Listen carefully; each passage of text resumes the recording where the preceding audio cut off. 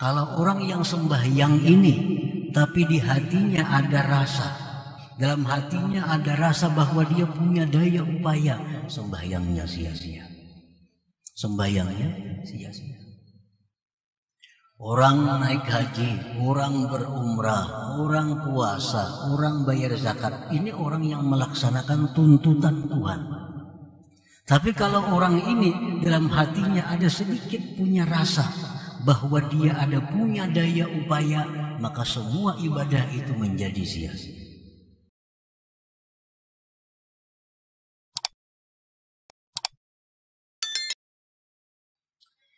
Ittirar yang dituntut kepada kita itu adalah bahwa tidak menyangka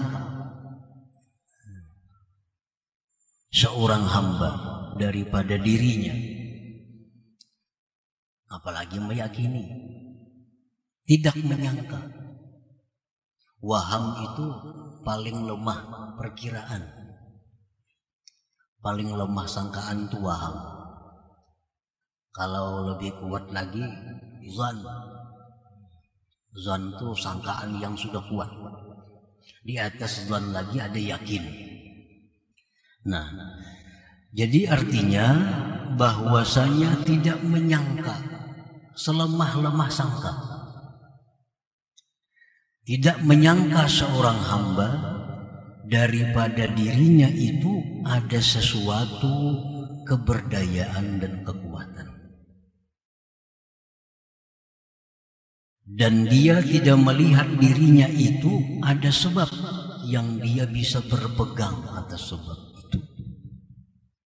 Dan dia tidak melihat untuk menolong dia itu kecuali Tuhannya. Dan dia tidak melihat bagi keselamatannya dari kebinasaannya akan seseorang selain Allah Subhanahu wa ta'ala. Nah, itu artinya ittirar. Ini yang sangat dituntut Allah kepada kita. Dari sekian banyak perintah, dari sekian banyak tuntutan Tuhan kepada kita, inilah tuntutan yang besar. Jangan sampai kita ada merasa sedikit juga pun bahwa kita ini punya daya dan upaya. Sedikit pun kita jangan ada merasa bahwa kita ada mempunyai sesuatu yang bisa kita pegang, yang bisa kita jadikan sandaran. Jangan ada kita merasa sedikit juga pun ada orang yang bisa menyelamatkan kita selain Allah Subhanahu wa ta'ala. Nah, ini artinya ittirar. Orang sembahyang berarti dia melaksanakan tuntutan Allah yang zahir. Kalau orang yang sembahyang ini tapi di hatinya ada rasa, dalam hatinya ada rasa bahwa dia punya daya upaya, sembahyangnya sia-sia. Sembahyangnya sia-sia. Orang naik haji, orang berumrah, orang puasa, orang bayar zakat, ini orang yang melaksanakan tuntutan Tuhan. Tapi kalau orang ini dalam hatinya ada sedikit punya rasa bahwa dia ada punya daya upaya, maka semua ibadah itu menjadi sia-sia. Jadi tuntutan Allah yang paling besar kepada kita adalah bahwa jangan sampai ada dalam hati kita ini sesuatu pengakuan bahwa kita mempunyai kekuatan dan kemampuan. Jangan ada sedikit pun dalam hati kita orang yang bisa menyelamatkan kita selain Allah. Jangan ada dalam hati kita pengakuan bahwa ada selain Allah yang kita bisa bersandar dengannya. Nah, para muhibbin rahimakumullah, itu yang dimaksud dengan al-ittirar tadi, artinya itu. Al-abdul muttar wal abdul hakiki. Seorang hamba yang bersifat dengan ittirar. Ittirar ya yang tadi, yang tidak ada merasa daya, tidak ada merasa punya daya upaya, yang tidak ada merasa punya kekuatan sedikit pun. Nah, seorang hamba yang bersifat dengan sifat ittirar itu, itulah hamba Allah yang sebenarnya, itulah hamba yang hakiki. alladzi idza da'allah ajabah wa idza sa'alahu a'tah, yang bila mana dia itu berdoa kepada Allah, Allah ijabah doa. Bila dia minta kepada Allah, Allah beri permintaannya. Itulah seorang hamba hakiki, hamba yang sebenar-benar hamba Allah Subhanahu wa ta'ala. Nah, para muhibbin rahimakumullah, qala Allah ta'ala amman yujibul muttarra idza da'ah. Allah yang mengijabah akan orang yang muttar, orang yang bersifat ittirar itu apabila dia berdoa kepada Allah Subhanahu wa ta'ala. Fa'alaika ayyuhal 'abdu idza aradta an tatluba min maulaka syai'an jalban aw daf'a fa'alaika bil ittirar. Apabila engkau wahai hamba ingin minta sesuatu kepada Tuhan engkau, baik permintaan itu berupa manfaat atau keselamatan daripada bala dan bencana, mintalah kepada Allah dalam keadaan bersifat ittirar. Nah, para muhibbin rahimakumullah, jadi artinya kalau kita berdoa lawan Tuhan, minta lawan Allah, tapi dalam hati kita ini masih ada rasa bisa. Dalam hati kita masih ada rasa daya upaya. Nah, ini doa kita ini ditolak oleh Allah. Karena Allah yujibul muttar. Allah itu memperkenankan, mengabulkan doa orang yang muttar, orang yang tidak ada punya apa-apa lagi yang diharapkannya selain Allah Subhanahu wa ta'ala.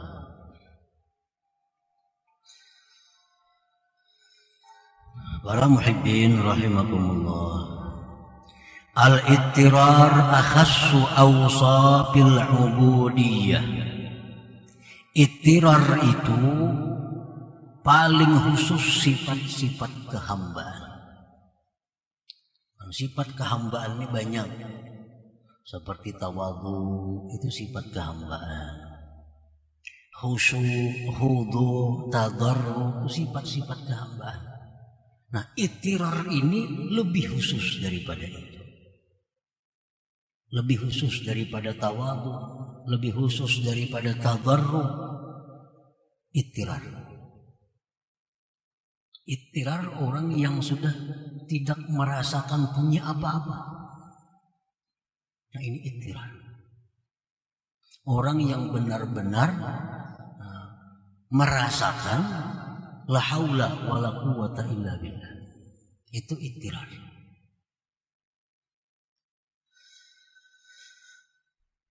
Al-abdul muttar la yubali wa la yahzan ayyu qala lahu dha'if zalil fakirun jahil mukhti li'annaha sifatuhul asliyatu zatiyah. Seorang hamba yang bersifat dengan sifat ittirar, dia tidak peduli, dia tidak bersedih hati dikatakan orang dia lemah.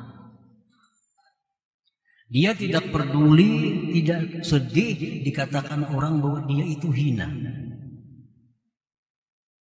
Dia tidak peduli, dia tidak sedih dikatakan orang bahwa dia itu fakir, jahil, bodoh, mukhti, salah. Kada peduli. Kenapa orang yang bersifat ittirar ini tidak peduli, tidak sedih dikatakan orang yang demikian itu? Li'annaha sifatuhul asliyatu zatiyah, karena itu semua merupakan sifat dirinya yang sebenarnya. Sifat diri yang sebenarnya. Kalau kita umpamanya berisi sepeda, contohnya kita beli sepeda kita ini buruk, sepeda kita buruk, ada yang memadahkan dengan kita. Sepeda ikam itu buruk lah. Sariklah kita. Aman dasar bujuran buruk juga di maba. Itu ampun kita. Kita punya pakaian cumpang camping, tambal situ tambal sini. Ada orang yang mengatakan kepada kita, pakaian engkau itu cumpang camping. Apakah kita sedih? Apakah kita kecewa? Apalagi marahkah kita? Memang punya kita yaitu. Nah ini seorang hamba yang mutar itu dikatakan orang, mungkin gak ada bisa orangnya. Memang ini gak ada bisa. Memang gak ada bisa. Ikam salah, memang ini selalu salah. Itu sifat dirinya yang asli memang demikian. La yubali wa la yahzan ayyu qala lahu dha'if, dhalil, fakir, jahil, muhti. Ini sudah mengatakan bahwa dirinya tidak ada punya sesuatu yang bisa dibanggakan, punya sesuatu yang bisa diandalkan. Itu sudah keyakinan dirinya seperti itu.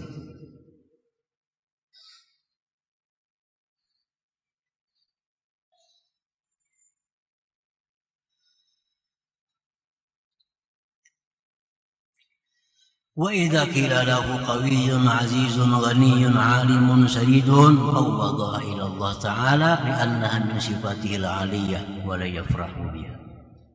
Apabila dia dikatakan seorang hamba yang bersifat ittirar ini dikatakan engkau kuat, engkau mulia, engkau kaya, engkau alim, engkau benar, dia serahkan itu kepada Allah Subhanahu wa taala karena itu sifat Allah Subhanahu wa taala. Kita kada bisa sepeda motor umpamanya. Nah, kita kada bisa sepeda motor, kada bisa kendaraan. Dipadakan orang baiknya kendaraan nikam itulah. Sukalah kita. Tentu hati kita menyerahkan ini ampunnya si pulan dan pulan kendaraan. Oh baiknya pakaian yang ikam pakai ini tuh bagusnya pada injaman nih. Injaman. Kena kambarian dibulikakan nih. Dipuji orang, oh bagusnya baju ikam. Tentu hati kita langsung bicara, ini ampun si pulan bin pulan. Ini ampun minjam mana aja. Kalau sebenarnya baju kopi ini penuh dengan tambal sulam sana sini. Nah ini seorang hamba yang mutar. Nah begitu nyamannya hidup orang seperti ini. Begitu bahagianya hidup orang yang seperti ini. Orang yang benar-benar merasakan bahwa bagaimana yang punya dirinya, mana yang punya Allah Subhanahu wa ta'ala. Para muhibbin rahimakumullah. وإذا أردت أيها العبد ورود المواهب عليك كالعلوم والأسرار والمعرفة وغيرها فلازم الذلة والإقرار إلى الله وجانب أوهام القوة والعزة والأنانية.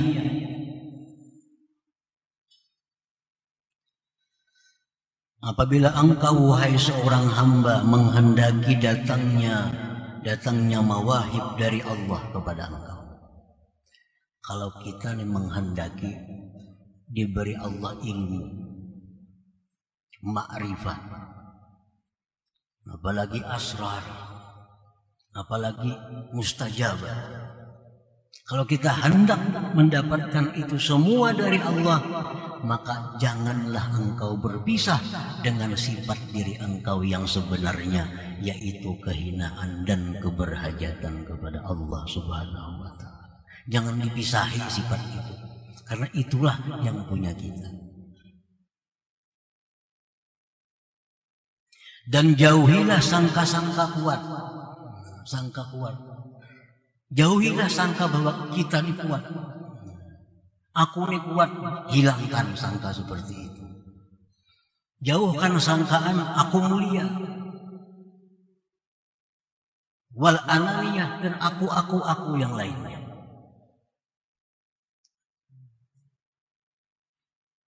Nah, bila kita mampu menjauhi sangka, menyangka diri ini bisa, menyangka diri ini pintar, menyangka diri ini suci, Nah, bila kita masih dipenuhi dengan sangkaan-sangkaan itu, kita akan bisa dapat ilmu dari Allah Subhanahu wa taala. Paling dapat ilmu dari kitab. Paling dapat ilmu dari guru. Tapi kada bisa dapat ilmu yang langsung dari Allah Subhanahu wa taala, yang itu merupakan dasar untuk makrifat kepada Allah Subhanahu wa taala. Kenapa hati kita penuh dengan hal-hal macam itu?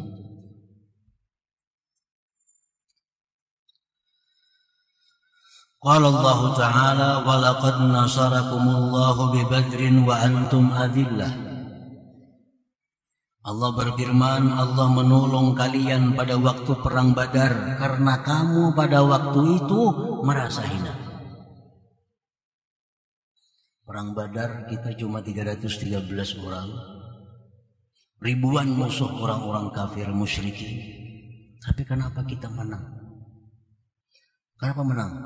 Nah, karena yang 313 ini mereka merasakan bahwa tidak punya daya upaya menghadap orang kafir yang begitu kuat dan besar. Ini sudah runtuh. Senjata berapa biji, kuda ada berapa. Lalu kehilangan seluruh yang dia miliki, merasa tidak ada lagi yang bisa menolong dalam perang ini selain daripada Allah. Nah, oleh karena mereka dalam perang Badar itu merasa kehinaan diri mereka, tidak ada punya sandaran kecuali Allah, Allah menangkan dalam perang Badar itu. Walaqad nasarakumullahu bi Badrin wa antum adillah. Para muhibbin rahimakumullah. Fa iza lazamta zillah fa anta hina idzin azizun billah. Apabila engkau melazimi, tidak memisahi kehinaan dirimu, maka pada waktu itu engkau sebenarnya orang yang mulia dengan Allah. Di saat kita merasa bahwa diri kita ini hina, di saat kita merasa diri kita ini hina, pada saat itu kita sebenarnya orang yang mulia dengan Allah Subhanahu wa taala. Wa iza lazamtal iftiqara ila Allah fa anta hina idzin ghaniyyun billah. Bila mana engkau melazimi sifat keberhajatan engkau kepada Allah, maka pada waktu itu sebenarnya engkau orang yang kaya dengan Allah Subhanahu wa taala. Nah, kita merasa bahwa kita ini membutuhkan Allah. Kita merasa bahwa kita sangat perlu kepada Allah. Kita sangat berhajat kepada Allah. Nah, di saat kita itu, kita sebenarnya orang yang kaya dengan Allah Subhanahu wa taala. Wa idza lazamta dha'fak fa anta hina idzin qawiyyun billah. Bila engkau melazimi kelemahan engkau, merasakan diriku lemah, diriku tak berdaya, nah pada waktu itu sebenarnya engkau orang yang kuat dengan Allah Subhanahu wa taala. Nah, para muhibbin rahimakumullah, sebaliknya demikian.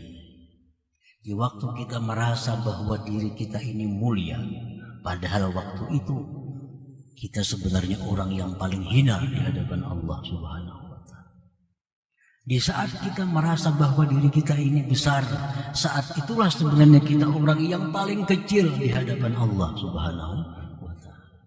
Di saat kita merasa diri kita ini kaya, nah pada saat itu sebenarnya kita orang yang paling fakir di hadapan Allah Subhanahu wa taala.